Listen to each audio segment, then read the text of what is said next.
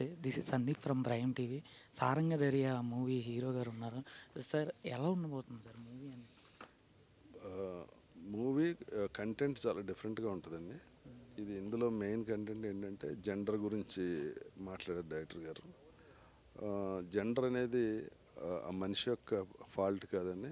By birth వాళ్ళకి hormone deficiency వల్ల అమ్మాయిలు అబ్బాయిలాగా, అబ్బాయిలు అమ్మాయిలాగా బిహేవ్ చేయటం ఉంటుంది.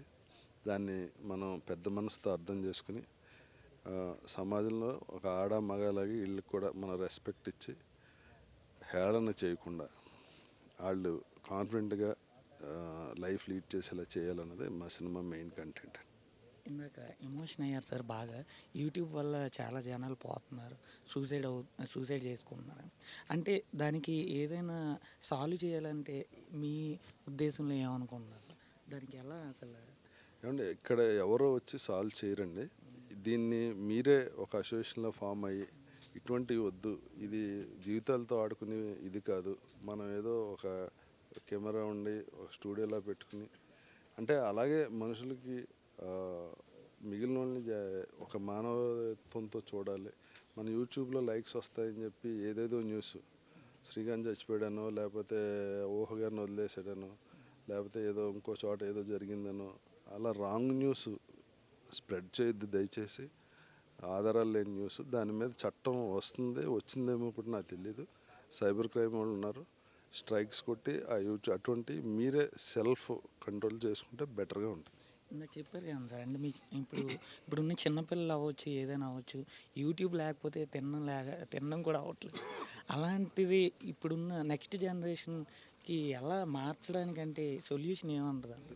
సొల్యూషన్ ఏం లేదండి, మీకే తెలియాలండి. నా జనరేషన్ అయిపోయింది, 57, 58 వచ్చినాయి.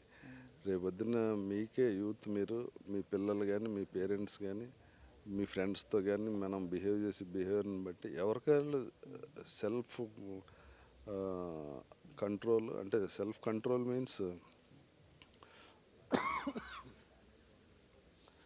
ఏమంటారు, మనకు మనమే మన లైఫ్ ఇలా లీడ్ చేయాలి. ఎక్కడైనా అన్యాయం ఇటువంటిది ఏదైనా జరిగినప్పుడు మనం రియాక్ట్ అవ్వాలన్న ఒక ఉద్దేశంతో ఉంటే ఇటువంటివి తగ్గుతాయని నా అభిప్రాయం. Okay sir. అంటే ఇప్పుడు ఇంతకుముందు క్యారెక్టర్లు చూసుకున్నట్టయితే మీది విలన్ రోల్స్ కానీ, నెక్స్ట్ వెటకారం టైప్ ఉండేది.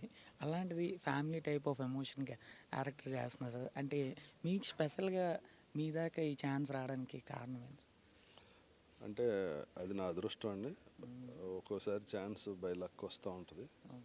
వాళ్ళ బడ్జెట్లో నేను ఉండటం, అట్ ద సేమ్ టైం ఆ క్యారెక్టర్ నేను ఫిట్ అవటం, ఈ రెండు దృష్టిలో పెట్టుకుని వాళ్ళు నన్ను పిలిచి ఈ క్యారెక్టర్ ఇచ్చారనుకుంటున్నా. ఈ క్యారెక్టర్కి నేను న్యాయం చేశానని అనుకుంటున్నా. మీరు చూసి చెప్పారు. Thank you so much. Okay, thank you so much.